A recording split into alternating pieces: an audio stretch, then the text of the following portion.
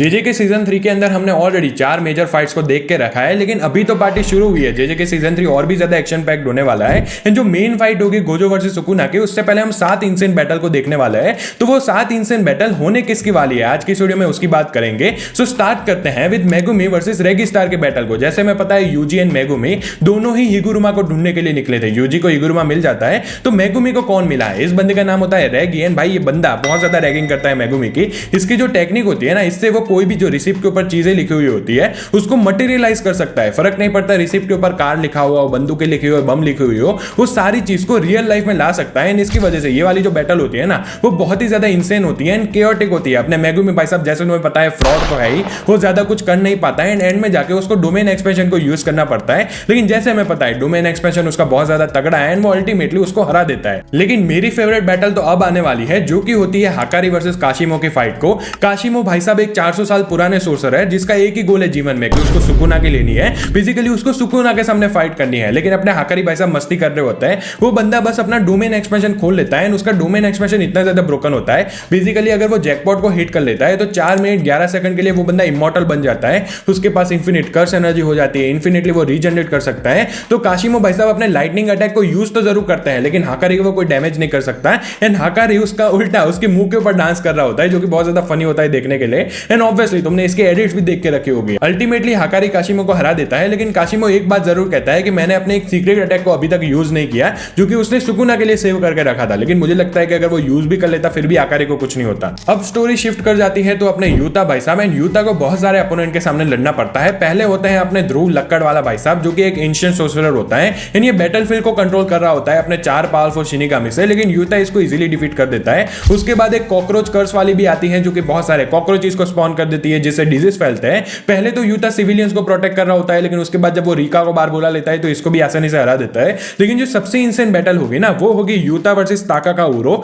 Versus रु इशिगोरी। ये से 3 जनों की बैटल होती है, जो कि एक दूसरे के सामने लड़ रहा होता है। हमें यूता की पावर तो पता ही है। अभी जो उरो बंदा होता है वो स्पेस को ही बैन कर सकता है, तो जो स्काई होता है ना, वो उसको बैन कर देता है अटैक को रीडायरेक्ट करने के लिए। एंड अपने जो रु भाई साहब होते हैं ना, उसका कर्स एनर्जी जो आउटपुट होता है वो हाईएस्ट होता है सोर्सरर के अमोंग। तो वो लिटरली तोपे बना सकता है अपने ये जो कर्स एनर्जी होती है उसके अटैक से। एंड उसके एक अटैक का नाम भी होता है ग्रेनाइट ब्लास्ट, जिससे वो ये सेम चीज करता है। एंड इन तीनों की बैटल बहुत ज्यादा मजा आएगा तुम्हें देखने के लिए। मैं ज्यादा स्पॉइल नहीं करूंगा, लेकिन एंड में क्या होता है पता है, ये तीनों ही अपने डोमेन एक्सपेंशन को यूज कर लेते हैं। तो हमें बहुत ज्यादा रेयर क्लैश देखने को मिलता है, जहां पे 3 सोर्सरर का जो डोमेन एक्सपेंशन होता है ना, वो एक दूसरे के साथ क्लैश करता है। अल्टीमेटली अपने यूता भाई साहब इन दोनों को हरा देता है। लेकिन ये वाली बैटल बहुत ज्यादा इंटरेस्टिंग होती है। इसके बाद तुम्हें one of the most satisfying battle देखने को मिलेगी, जो कि होती है माकी वर्सेस नायोआ का राउंड 2 वाली बैटल। बेसिकली क्या होता है, जब माकी ने नायोआ का डिफीट किया था, तो अब इसके बाद नायोआ एक कर्स स्पिरिट बन के आ चुका है। जब वो कर्स स्पिरिट बना है तो वो एक डोमेन एक्सपेंशन को भी डेवलप कर देता है। उसकी स्पीड और भी ज्यादा बढ़ जाती है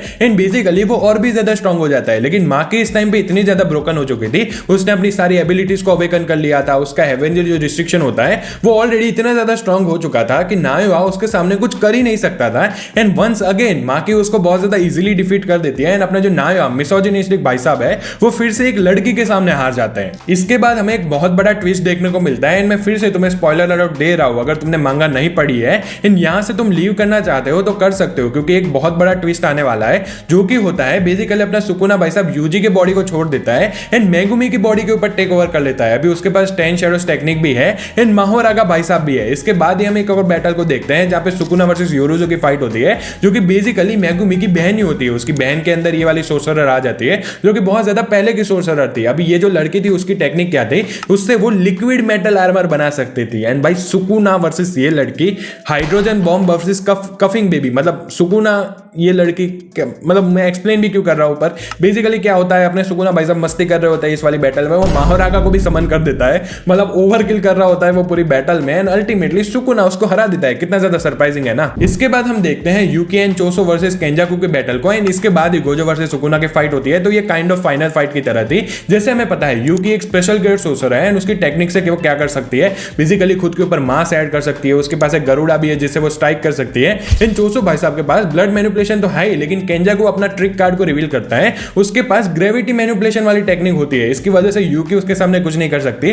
मतलब मुझे गेगे भाई साहब बहुत ज्यादा पसंद है। वो पहले यूकी को इंट्रोड्यूस करता है, उसको इतना ज्यादा स्ट्रांग बताता है एंड जब एक्चुअल फाइट की बारी आती है ना तो यूकी को वो यूजलेस बना देता है, मतलब पहली फाइट में डिफीट कर देता है। इससे पहले हमने यूकी यूकी को फाइट करते हुए इतना ज्यादा देखा भी नहीं था। एंड यहाँ पे क्या होता है, यूकी हार रही होती है, वो एंड में जाके अपने खुद को ब्लैक होल में कन्वर्ट कर देती है ताकि एटलीस्ट वो खुद के साथ केंजाकू को डिफीट कर दे। लेकिन केंजाकू भाई साहब उसको भी ऐसे हरा देते हैं एंड कुछ नहीं कर पाती, यूकी ऐसा ही मर जाती है एंड अपना केंजाकू सर्वाइव कर जाता है। एंड यही 7वीं बैटल थी जो कि हम कलिंग गेम्स में देखते हैं गोजो वर्सेस सुकुना की फाइट के पहले। तुम किस फाइट के लिए सबसे ज्यादा एक्साइटेड हो बेसिकली एनीमे में देखने के लिए?